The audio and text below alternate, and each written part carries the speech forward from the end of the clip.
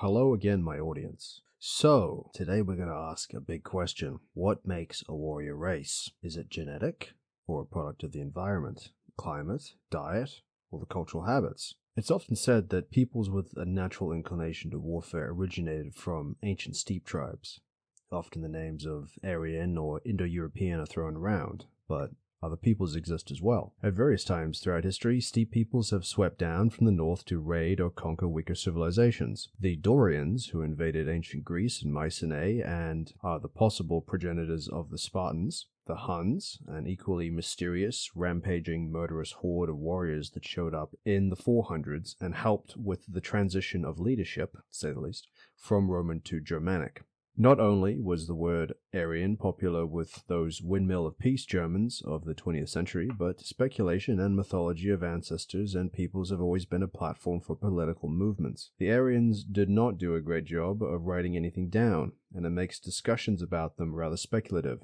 It is incredibly difficult to study migratory peoples owing to the absence of written records and semi-permanent settlements. But I believe speculation on such peoples is important. It provides a blueprint for explaining the culture and mindset of peoples and races of the current day. In fact, it's actually quite handy to know history, ancient history. It allows you to guess about people, especially their names and where their families might have come from. Interesting little thing to know. So the question is, who progenited the legendary ancient Greeks, the unparalleled and restless Spartan hoplites ruled by Lycurgus, and the heroic tales of Homer? From whomst did the Romans originate, those enigmatic engineers, regimented legionnaires, and orderly bureaucrats that created the foundation of the modern world? What about the militarily fearsome Germans and possibly more worrying Japanese? Well, that is when they're not drawing anime girls and making Toyotas. In our past videos, we discussed China, itself having numerous non-Han or foreign dynasties over several millennia. The Manchurians, Jurchens, and Mongolians all originated in the steppes of Central and East Asia, and while often disorganized from tribal conflict, became a terrifying menace once united behind a single banner. There seems to be a recurring theme in my examination of China. The Han people of mainland China, they don't really make great warriors. Farmers, artisans, scholars maybe, but not warriors. Yet around the northern periphery of China exist many who excel at warfare. The aforementioned peoples, Manchurians, Jurchen, and Mongols, all make excellent warriors. Did the Han people once make good warriors as well? What happened? We are all here to find out about what makes a warrior culture, but we should also examine other factors like technology and diet. The earliest remains of Neolithic culture in China, that of the Nanzhuangtu culture in Hebei, forgive me, I don't speak Mandarin, around 10,000 BC indicate domestication of dogs and cultivation of millet. Prior to this, it is likely the diets were more hunter-gatherer. It's important to note that as peoples graduated from hunter-gatherer to agricultural lifestyles, they suffered from the decreased diversity in their diet. The change in skeletal remains from the Yangshao of 5000 BC to the Longshan of 3000 BC indicates shorter stature, increases in anemia, and declining dental health, more cavities, more tooth rot. And that's because, well, carbohydrates, when you eat them, the sugars, the residues in your mouth, are food for bacteria there, in contrast to fats and proteins of animals, which are quite low in carbohydrates and do not provide fuel for the bacteria to metabolize into acids that dissolve your teeth. And likely brain size was impacted, as we need omega-3 fats for brain matter, which would have impacted intelligence as well. This period also coincides with a climatic change, in which the region around Hebei, this was where these Neolithic civilizations centered around, became more arid, marshes dried up, and soil fertility decreased. Population density was likely increasing as well, all leading to a decline in diverse omega-3 rich food sources that could be hunted or gathered. It turns out that millet diets, high in carbohydrate and low in omega-3s, were not healthy for Neolithic Chinese, or Neolithic peoples in general. And they're also not healthy for you either. And by that I mean you should eat more meat. The rise of the Longshan population, warfare became prevalent in addition to human sacrifice, and this was evidenced in burials as well. The changing of diets is very important, as steppe peoples relied heavily on domesticated and wild animal products for food, and contributed massively to their skill in hunting and warfare. We're going to jump from 3000 to 1500 BC, because I don't believe much changes between there. Throughout, I will be referring to a book called Soldiers of the Dragon, written in 2006 by C.J. Pearce. So the clock starts at 1500 BC with the emergence of a legible form of writing from the Shang Dynasty. As I mentioned in previous videos, the adoption of Confucian ideals into Chinese aristocracy around 200 BC constitutes a major turning point in the culture of China. But the Shang Dynasty stretches back to at least 1600 BC, and they were not Confucian scholars. Around the Yellow River, the earliest remains of the Shang civilization was found, indicating a military caste system that liked to hang out in wooden palaces. The concept of a caste or hierarchy was relatively new at the time, and absent from earlier Neolithic sites, with a nascent hierarchy suggested by Longshan remains around 2500 BC. The Shang were certainly Han in origin, but they were war-loving patriots of the natural order, and it seems they possessed a potent weapon in a time when neighboring cultures were still trapped in the Stone Age like losers. They had bronze working. This important monopoly, technology probably obtained from Siberia or Manchuria, gave a massive strategic edge to the Shang's forces. The wandering course of the Yellow River, prone to flood, often forced the Shang to migrate around the valley, leading to conflict and conquest of neighboring tribes. The Doctrine of Might as Right, the only true doctrine and the true natural order of man, was how the Shang legitimized their new aristocracy. They often lauded their superior might over neighboring peoples, even leaving some deliberately unconquered as a justification for war and pillaging when they saw fit. Now clearly this is very based, and echoes the tendencies of other warlike peoples, such as the ancient Greeks, who lived for the glory of combat and the pleasure of plunder. According to the ancient text Shu Qing, there doesn't appear to be a clear distinction at this time between the Shang Han and allied nomadic peoples that fringed the west and south of China. The question of whether the Han originated from steppe peoples, and which ones, is still something unclear. I would assume that with the climate drying out between 3000 and 1000 BC as the monsoon moved south, the peoples that could farm did farm, and nomadic peoples were constrained in population size by what animals they could catch or rear. But the Shang used their military dominance to plunder resources from more primitive neighboring communities, like every true warrior civilization should, in a manner similar to hunting expeditions. Food, resources, and captives for human sacrifice were usually the booty of such campaigns. The Shang nobility appears to be held together by a complex clan system, which often resulted in infighting. But as time progressed, state power of the Shang increased. Their palace cities were of considerable scale by 1400 BC, with the city of Ao, that is Ao, estimated to have taken 10,000 men 18 years to build. Quite in contrast to modern construction, which is vulgar and ghastly in nature, ancient construction progressed over years and decades, likely never being declared fully complete. In contrast to later dynasties of anemic, scholarly Confucians, the Shang understood that military competence was superior to all other skills. To give an idea of the Shang armies, inscriptions on bones indicate that expeditions were several thousand strong, but could be bolstered to 30,000 during emergencies. Inscriptions, burial items, and statuettes indicate the Shang noblemen attended these expeditions, wearing scale-like breastplates of bone and later bronze, with ornate bronze helmets equipped with bronze spears and dagger axes. The grunts of the army had significantly less protection than common people, likely just leather shields and stone-tipped spears.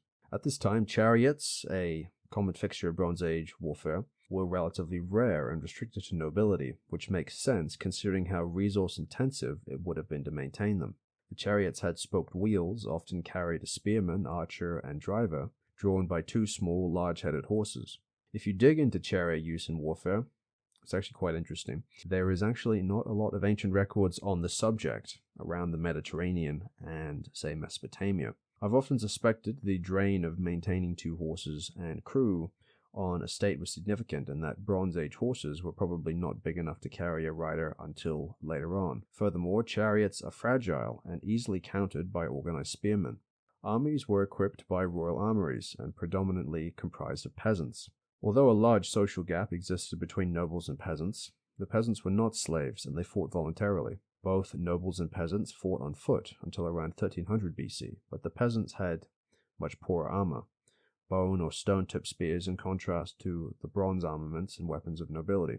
By 1200 BC, Shang influence had spread west to Kansu province, occupied by the Chu or Zhou civilization. Chu or Zhou, and that's correct pronunciation. You know, pronunciations here are really they're difficult. Here they met their match. Remains show that the Zhou were a bit closer to the tech, having chariots before the Shang, built of sturdier construction and also using bronze weapons. By 1027 they clashed, and the Zhou reigned supreme. On paper, it says that the Zhou dynasty was the largest in Chinese history, but its true power largely disappeared after 707 BC, when King Huan failed to defeat the fiefdom minister of Cheng. Zhou armies were similar to Shang, with improvements to chariots and introduction of dagger axes. Armor became more common, with nobles using tiger and rhino skins to armor themselves and their horses in addition to bronze. The Book of Changes, a text from early Zhou, instructed rulers it was wise to treat the peasants fairly, as they would be required for battles. The nobles now rode chariots, but it is unclear how effective these were. Chariots in general were ceremonial and a symbol of wealth. Their use universally went in decline in the late Bronze Age in areas around the Mediterranean, probably because a well-trained group of soldiers can just point their spears outwards and the chariots will be forced to sweep past them. Development of mass conscript armies at this point was still something to come later. Peasants were required to undergo a month of military training per year, according to the Book of Songs, and the Book of Documents detailed a Zhou battle around 1000 BC, in which infantry ranks were ordered to advance slowly in ranks and halt at intervals to keep their order. Now, my audience, you have been listening patiently as I lay the foundations for a very important change in ancient Chinese warfare. That is the transition from smaller, aristocratic-led and well-trained armies to large masses of poorly trained conscripts and nobles cowering behind palace walls. I see this not as an advancement in warfare, but rather a regression. Returning to ancient Greece, in the Iliad, Glaucus and Diomedes challenge one another to a fight, but they do not simply say hello and charge head first. They announce who they are and their lineages. But to their surprise, after several minutes of monologues, they discover their grandfathers were brothers from another mother, agree not to fight and exchange gifts, all in the middle of an active battlefield. That no one attempts to sneakily shank them while they are distracted is very telling, and a great example of what warfare is idealized, what it should be, the ultimate challenge of skill between two warriors. Such chivalrous, honor-based combat emphasized the need for a professional warrior class and retained expertise in warfare within warrior families, like is seen in ancient Greece, feudal Japan, and Europe. As we approach the spring and autumn period, between 770 BC and 475 BC, armies begin to change. Beginning in the 700s, hundreds of independent states are swallowed by stronger neighbors, each attempting to expand and centralize their power further. By the 400s, only 8 states remain. You're going to have to bear with me on the pronunciation here. But these 8 states are the Chi'in, Chi'i, Chi'u, Yue, Yin, Han, Wei, and Chao. This is a lot of names. The first 3 sound identical, so I'm going to try and stick to the important ones so my audience doesn't get confused. Other states that vie for power, like Lu, Song, and Chang, made brief attempts in the 7th and 6th centuries, but I can't even find clear reference to these on Google searches. It's quite a mess of different spellings. But you know, Song sounds kind of Korean, doesn't it? Just as there is no comparison in beauty between mass-made prints and unique oil paintings, in this way we lose the smaller, bespoke aristocratic armies in favor of mass mediocrity, amorphous conscript armies, human waves. Barbarians still existed in pockets throughout the multitude of states, living in their own towns and maintaining chariot forces like the early aristocracy. But after 500 BC, the Han majority began to forcibly assimilate or banish these barbarians to the mountainous or arid regions around the periphery of these 8 or so states. It is important to note that the actual core of mainland China throughout these earlier periods was in the east, south of the Korean peninsula, and did not extend much into the mountainous barbarous regions in the west or to the Vietnamese in the far south. The difference between the barbarians and Chinese was also hard to draw at this time. The Yi people, today a minority of less than 5 million in China, lived in the mountains to the west and southwest. It appears that these people held on to the earlier forms of warfare more so than the Han themselves, fielding chariots from their fortified towns. Just as I suspected in my earlier videos, the transition of nobility from militaristic to a scholarly-based bureaucracy selected from examination occurred sometime around the 200s BC to the turn of the millennium. The ability to field chariots still remained relevant up to the Warring States period. The Tsin, one of the 8 consolidated states, could muster 5,000 chariots by 537 BC, up from 700 a century earlier. Chi'i had only 100 in 720 BC, but over 4,000 by 400 BC. With Confucius born in 551 BC, the concept of the mandate of heaven emerged, and all 8 states attempted to achieve this mandate internally through Confucian ideals, in addition to externally by warfare. Clearly, chariots were still relevant by this time, and in contrast to the Bronze Age civilizations of the Med and the Middle East, there exists a lot more record on their quantity and use. Just like in Europe, leaders were ranked by titles originating from the Zhou dynasty. Kang was a duke, Ho was a marquis, Po was an earl, Su was a viscount, and Nan was a baron. But then in 704 BC, the ruler of Chu took the title Wang, which means big dick. No, it actually just means king. The other states then followed suit. By 506 BC, there was a new kid on the block to be reckoned with. This was the state of Wu in the southeast, barbarian origin, but which had received a refugee Chu general and then learned modern Chinese military methods. In a dispute originating over borders and mulberry trees, the Wu invaded Chu and sacked the capital Ying in 506. The Wu then went on a rampage, but was routed by an even more barbarous southern power, the Yue, in 473 BC. The Yue are believed to be ancestors of the Vietnamese, a people with a long rivalry fighting against the Chinese. By the way, when I'm done with China, the Vietnamese are next. So one might ask, why all the fighting? It wasn't just the desire to conquer. Estimates of Chinese population in 650 BC were 12 million, but this had quadrupled by 450 BC, and land was a priority for the rival states. The spring and autumn period between 700s and 400s BC was the zenith of chariot warfare, with chariots being fielded in their hundreds and thousands, but it was becoming clear that their effectiveness was waning. In Su, in 613 BC, a peasant revolt overthrew the ruler, and a force of 800 chariots sent by his allies were routed by the peasant army.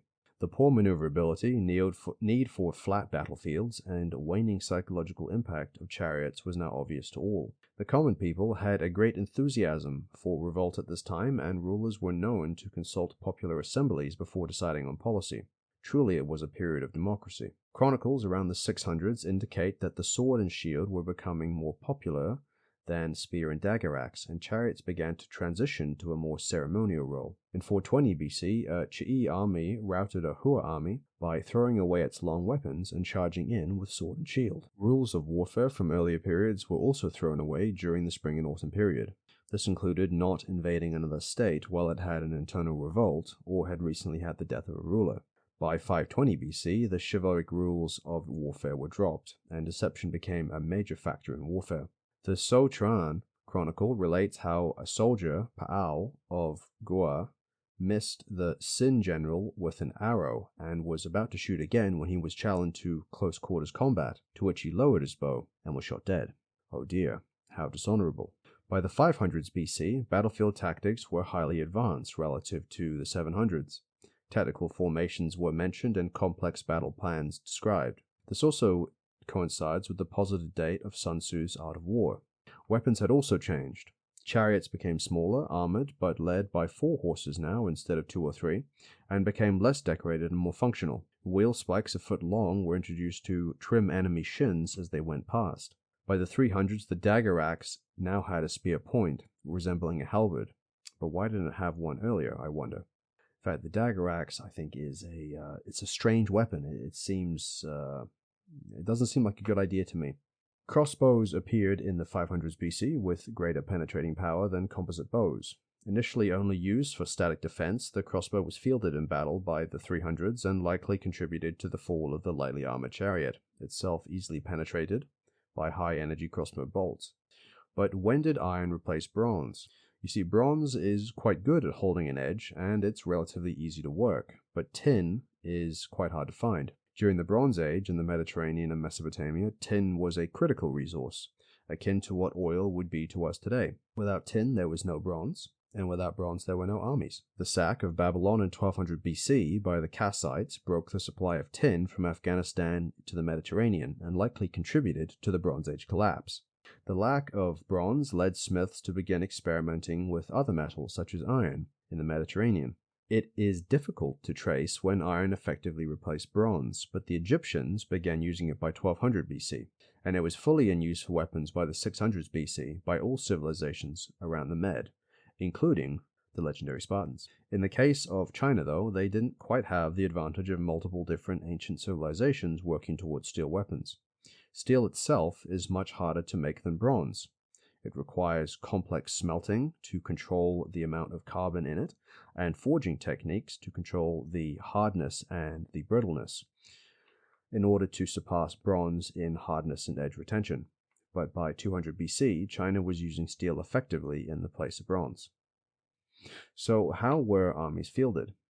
In 670 BC, Huan of Qi introduced a formal levy system, where each family contributed one male for military service whenever required. This provided 3 armies of 5 divisions, or about 30 to 50,000 soldiers per army. Military expeditions were initially formal marches with drums or smaller stealth raids to steal resources. But by the 400s, most states had grain surpluses and didn't need to conduct small raids. Promotion and merit were gained by taking heads or ears of the enemy, but this was abolished by the 300s as it caused chaos in the battlefield. The transition away from stealthy raids and the abolishment of trophy rewards likely contributed to a reduction in the warlike tendency of the Han peoples. But we will leave it at that today. We can see a greater involvement of the common people in small estate warfare in the earlier Bronze Age, not just for the sake of plunder and glory, but also for necessity, for food and resources that were in shortage. But as states grew, harvests became more plentiful, and armies became larger. How the military role of aristocracy and common people will play out after the introduction of Confucian ideals around 200 BC is something we will examine in the next video. Thanks for listening.